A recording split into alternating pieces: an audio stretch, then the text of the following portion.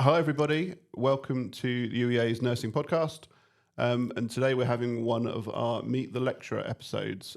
So today we have with us Lorraine Randlesome. Welcome, Lorraine. Hello. Good morning, Joe. Thank you for having me. Oh, thanks for coming. So I start at the beginning.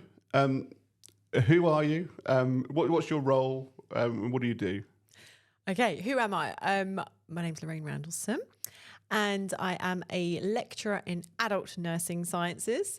But my role here at UEA is I'm also the course director for the adult nursing BSc pre-registration programme. Fantastic. So the adult nursing students who are on the BSc will get to know you very quickly, I imagine. They'll see quite a lot of you. Yes. And they'll see a lot of you throughout the whole 3 years. Yeah, absolutely. Hopefully not too much. No. So, but Enough. Yeah. They'll get to know who you are. Yeah, definitely. So what does your job involve? What does being the course director of the BSc involve on a day-to-day basis? Okay, so course director is quite varied and sometimes quite difficult to quantify, I think, to be fair. As a course director, my role is to provide leadership, to have an overview of the whole programme. So that's the whole adult nursing programme, which is actually the biggest cohort and programme in the whole university. So it's a big programme to be looking after. So lots of responsibility. Yeah. And it's about moving the course forward, about listening to students, about supporting staff as well. So I provide leadership and line management to staff members, and it's about supporting their growth as well, about how we can move the programme forward, how we can produce a fantastic future nursing workforce and how we can be part of that. So you're basically kind of involved in anything, every aspect that's related to the BSc nursing for adult nursing. Yeah. So if you're not doing it, you've got oversight of it, or you're involved in it, or you're aware of it. Yeah. And students will access you and come to you and can speak to you and give absolutely. Ideas or problems or anything like that. Yes, I'm more than happy. My door is always open. Email, Teams, come and say hi to me. I like to think I'm approachable. So yeah, I absolutely love students to come and speak to me. Don't feel that they can't. They can come with ideas. They can come with any issues they want potentially dealing with. If you're struggling, I can always sign. If you're not advisor, you've got an advisor, but I'm also there as well to support. So I'm just another level of support, I guess, is where I'm coming from. So, yes, please do come and speak to me. Come and say hi. Brilliant. Yeah. I won't bite. You're not like scary and unapproachable. No, I hope not. No, fair enough. I think you're all right. I think you're approachable enough. So hopefully they'll come and say hello to you. Yeah. So let's go back from now, go right back to the beginning. What's your background? How, why, when did you get into nursing? What got you to that point? Okay, right. So where do we start? So I'm going to be completely truthful and honest with you. I'm not one of those people who desperately wanted to be a nurse since the day I was born. Yeah, me neither. Oh, I'm so glad it wasn't just me. I have got a picture of me dressed up at a fancy dress and I'm in a nurse outfit and I'm about 5. So maybe there was something in it. So it was a sign, but I just didn't pick up on that sign. So actually what I wanted, my dream as a teenager anyway, was to be a PE teacher. Okay. Mm-hmm. Interesting. So that was my goal. It was, I loved PE. Used to get quite excited for a PE lesson. So I started that journey and it was now, I'm talking about the 90s. Long time ago. Yeah. Yeah.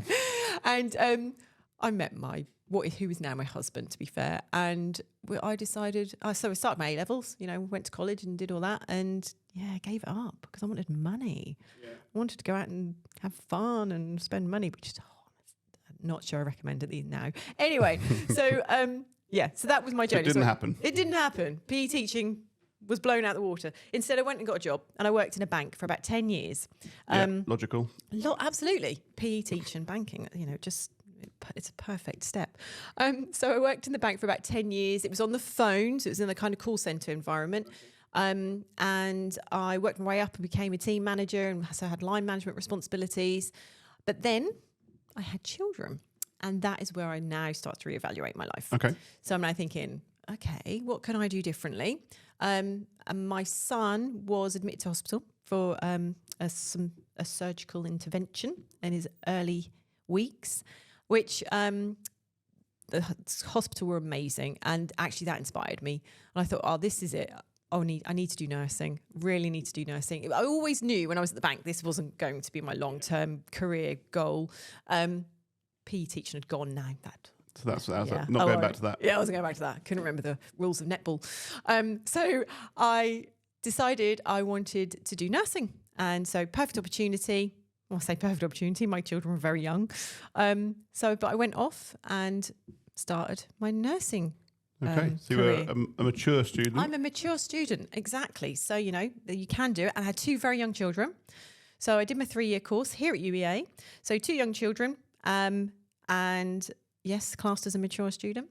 But I had an amazing cohort and the lecturers here were fantastic. Some are still here today. And they're still brilliant. And you're now the boss of the course that you were on. Yeah, I know. How did that happen? That's just strange, isn't it? I came here as a student, very, very proud to be a UEA graduate and equally proud to be a staff member here at UEA now as well. So then I came here for 3 years and did my programme, and that was just about nearly 10 years ago now.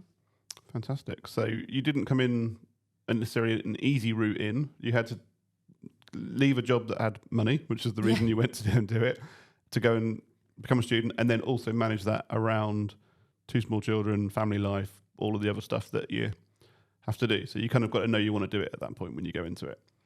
Yeah, I think so, yeah. But worth it. Oh, yeah, it's been so worth it. Yeah, absolutely. Loved it. It's been great. So then you do your 3 years here, qualify. Where do you go next? Okay, so on my journey here, as a 3 years, when I started, I didn't know where in nursing I wanted to go. A couple of things came up, and honestly, this is a true story. My first day as a student nurse, I walked into a lecture theatre. It's one of the old lecture theatres over on the main campus, and I'm up really high. I think I was one of the last to walk in the room as well. And one of the lecturers came in, and I was like, long-term goal. I knew this wasn't going to be a short-term goal. I thought, that's what I want to do in the long-term future. I want to be able to teach and encourage the future nursing. You knew that right from the start. Yeah, I think it might have been that teaching right at the back of my brain had come back again. Yeah, that love and that motivation for teaching. But now I'm thinking, but I can't wait to get into nursing. I want to, really get my teeth into nursing, understand it, so then I can be part of developing the future nursing force. So that's my first thing I'm inspired by in my 3 years here at UEA. Next thing I get inspired by is my community nursing placements. Loved it. Did my elective there, did my sign-off placement. I was just give me community. I loved it. But so at my first place though, once I qualified, I didn't go straight into community because back in those days, it was like get some acute experience first. So I start in the acute medical unit, only for about 6 months. That was all I needed. Yeah. I was out to did enough of that and went, did right, enough of that, I'm out. Yeah, which is what I love about nursing. So then went into the community for a few years. Absolutely love the community. It's a fantastic environment to work in. You get to really get to build therapeutic relationships with your patients, that one-on-one opportunity to provide continuity of care, because you often see the same patient. Get to see a nice leg ulcer improving. Lovely. Oh, no, honestly, can't be a great leg ulcer.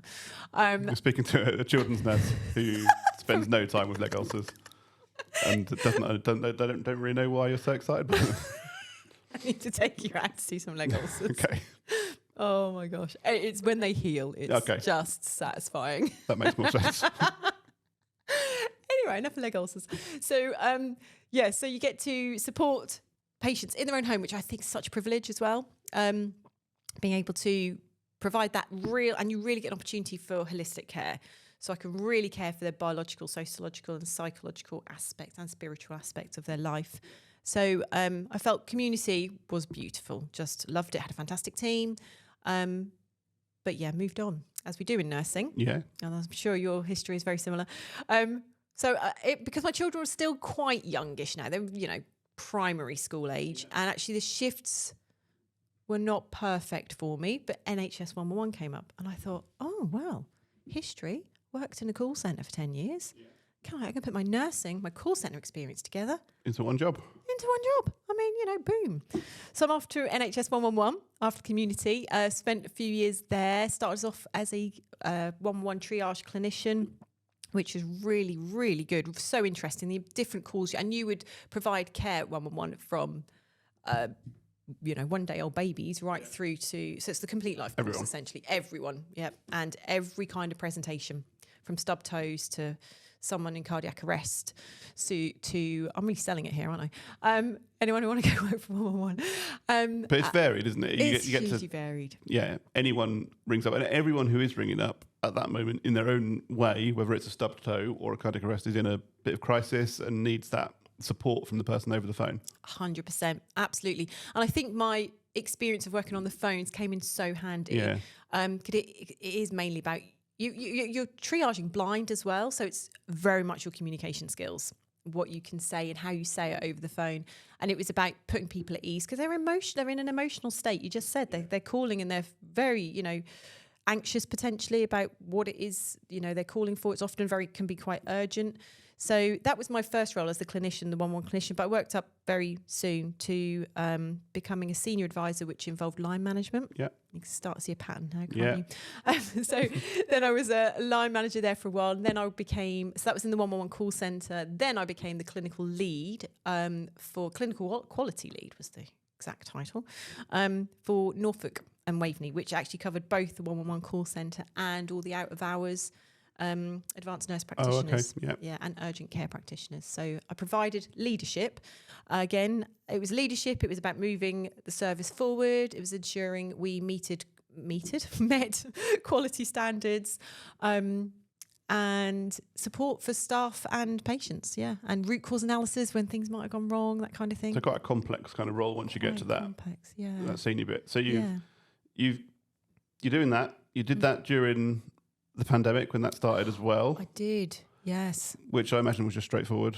Oh yeah. I mean, goodness, calls. We'd have people calling, and I remember walking into the office on a Friday afternoon, and normally the wait time at that time, you're talking early 2020, was you'd wait at the most a few minutes. I walked in and you'd have a big screen. People waiting over an hour, they'd get cut off. Oh, I shouldn't say that, but they did. Yeah. Because the system just couldn't handle it. It was overloaded by the amount of calls. Completely, yeah. And it was at the time where we're talking March 2020, so it just kicked off. No one really knew what to do, so they all called 111, which was fair enough. But we were kind of learning every single day. We were having to get the government guidance set up, and that was changing constantly. Got people to call back. I had 500 calls to prioritise. So I was the senior advisor at that point, and I'd have a call of, honestly, 500 patients. Who do I prioritise? I've got a staff of 10 clinicians. Yeah. Who goes first? And that was a huge challenge. Felt like I walked into the twilight zone a little bit. It was just so different. But the wave passed, and we got on with it, as you do. You coped. Yeah. You just have to cope, don't you? You just find a way through it. Yeah, you find a way. Yeah. Okay, so that's interesting. So that's kind of your career, and you haven't come through the normal routes. Like you say, you didn't want to be a nurse from being a young girl and then went straight into it. You went through different routes and did it with children and got here in the end. You took a similar route to me because I also went into thinking about being a teacher and started a teaching course and was going to be a primary school teacher specialising in PE. That was my degree I was doing. And I dropped out of that because it wasn't for me.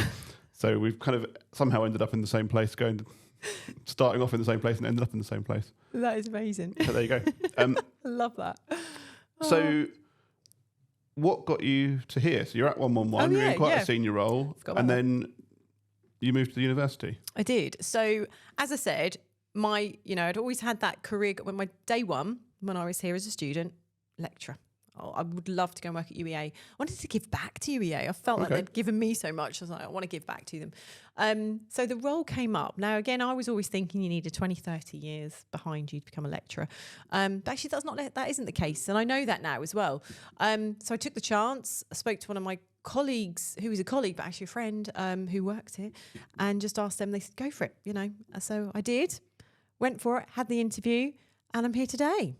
And been here now couple of years, I think. Yeah. So it's been a couple of years and I'm absolutely loving it.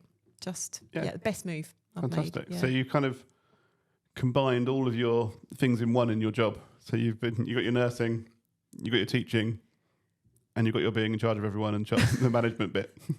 Yeah, if you want to put it that way. But yeah, you're right. You're absolutely right. All the things I wanted, it's a bit of a career goal for me, isn't it? Yeah, I wanted teaching originally when I was young. So I've now got that. But I've also got the nursing. So nursing and teaching and the leadership seems to be becoming quite a pattern in my career history, isn't it?